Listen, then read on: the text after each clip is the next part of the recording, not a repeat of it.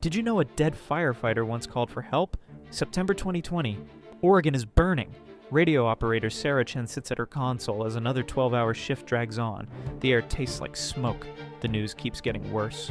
Then her radio crackles. Base, this is Lookout 7. I need immediate rescue. Sarah's blood turns cold. Lookout 7 is Marcus Webb, missing for 3 days. Presumed dead when the Riverside fire overran his tower. Marcus, is that really you? Copy, Sarah. Tower's gone, but I'm alive. Trapped in a drainage about 2 miles south. Can't walk. Please hurry.